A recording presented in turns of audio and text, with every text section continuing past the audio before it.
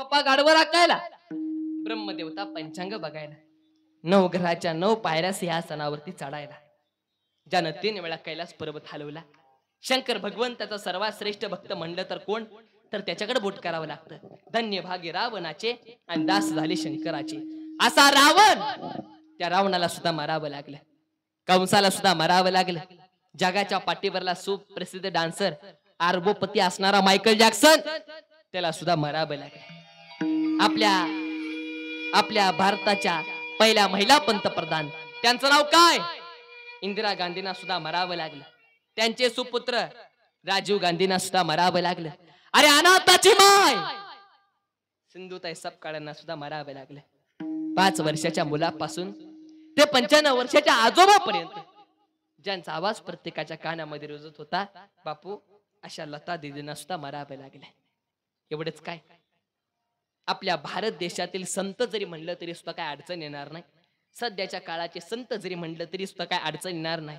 जे वर्षाला हजारो कोटी रुपयाचं दान करायचे, कोरोनाच्या काळामध्ये हजारो कोटी रुपयाचं खऱ्या अर्थानं दान खऱ्या अर्थानं ज्यांनी केलं, आताच्या काळातले संत असे स्वर्गीय रतनजी टाटा साहेबांना सुद्धा दादा मारावं लागलं.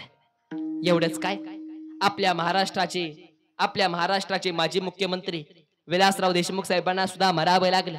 गोपीनाथ मुंडे साहेबांना सुद्धा मारावं लागलं. अरे आपल्या भागातील काय व्यक्तिमत्व होतो, आर.आर. आबासाहेब, त्यांना सुद्धा मारावं लागलं. दादा विनायक मेटे साहेब 45 लाखाच्या कार गाडीतून प्रवास करत होते. फोर्ड एंडेवर असं त्यांच्या गाडीचं नाव होतं.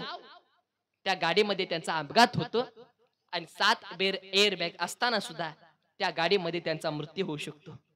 एवढंच काय दादा, आपल्या पंढरपूर तालुक्याचे माजी आमदार, राजकारणातले संतच सुधाकर पंत परिचारक साहेबांना सुद्धा मारावं लागलं. पंढरपूर तालुक्याचे आमदार दिप्पाळ छातीचे, अरे दादा पैलवान होते, असे भारत नाना बालके साहेबांना सुद्धा मारावं लागलं. सांगोल तालुक्याचे आमदार जे 11 वेळा निवडून आले होते, ज्यांचं नाव गिरणीज बुकामध्ये दर्ज होतं, असे गणपतरावजी देशमुख साहेबांना सुद्धा मारावं लागले.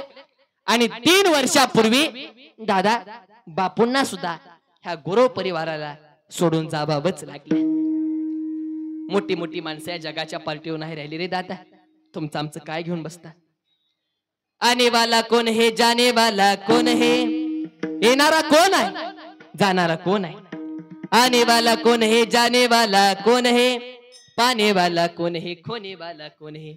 ए माणसा तू विसरू नको तुझ्या सत्यनीतीला, गर्वाने तू फुगवू नको आपुल्या या छातीला.